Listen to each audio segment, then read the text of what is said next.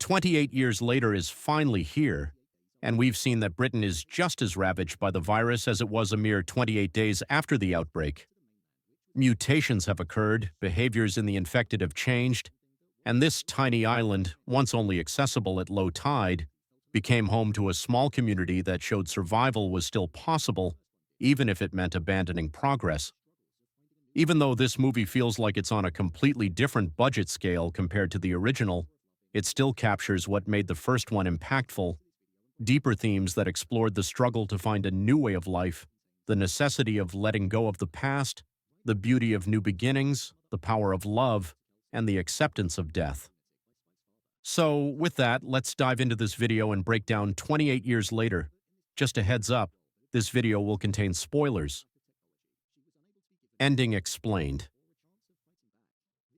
At the end, we saw that Spike and his mother, Ecker, managed to find Dr. Kelson, the man Spike's father had written off as a lunatic.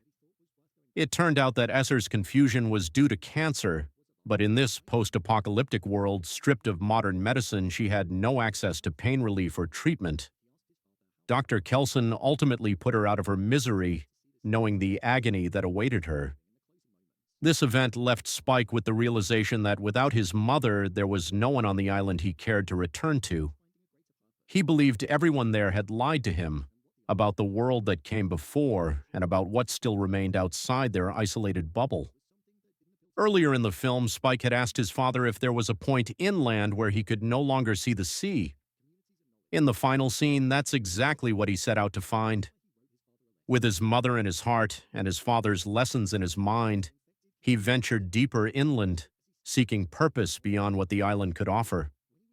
The classroom scenes, where kids were taught predetermined societal roles, didn't appeal to Spike. He knew that life wasn't worth living. He believed there was more beyond the sea: knowledge, communities, and a better existence. He left a letter for his father, saying he'd return when he was ready. As he sat eating fish alone, an infected charged at him, which he killed. But more followed. Running, he eventually reached a blockade, where a blonde-haired man with an upside-down crucifix asked if he and his friends could intervene. This was a callback to the film's beginning. Jimmy, the young boy whose father was a priest, had survived and become a man.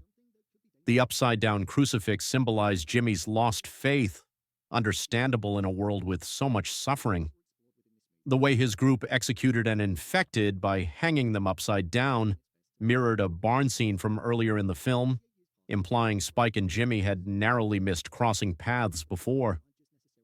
Now united, it seems Spike will get his first taste of mainland life by joining Sir Jimmy Crystal's cult. This could be dangerous, as Jimmy doesn't just kill to survive, he seems to enjoy it. Deeper meaning and key themes. The film explores loss, love, hope, and the need to move forward, even when the world wants to hold you back. It's been 28 years since the rage virus first spread, and we now see infected that have mutated. They're no longer just rabid killers, they've developed higher brain function. They exhibit community, leadership, even mourning. When the Alpha sees the dead woman on the train, he appears to grieve. This blurs the line between the infected and humans. Meanwhile, humans aren't free of rage either, proving we're not so different. We also see this in Spike's reluctance to kill the young infected child in the woods. There's empathy there, an understanding that the infected were once human. Loss and love are central to Spike's journey. He risks everything to find out what's wrong with his mother, and ultimately learns that she's dying. Without doctors on the island, no one could help. Dr. Kelson, while misunderstood, became a tragic hero. He ensured the dead were remembered, even digging graves so people wouldn't be forgotten. He tells Spike, "Memento mori," remember you must die. This to me meant that death is inevitable, so what we do with our time matters most. But he also said, memento amoris, remember love, especially when speaking about Ecker. Love is what separates humans from the infected. It's our greatest strength. Another major theme is mourning the past. The older generation was obsessed with what came before, stuck in time.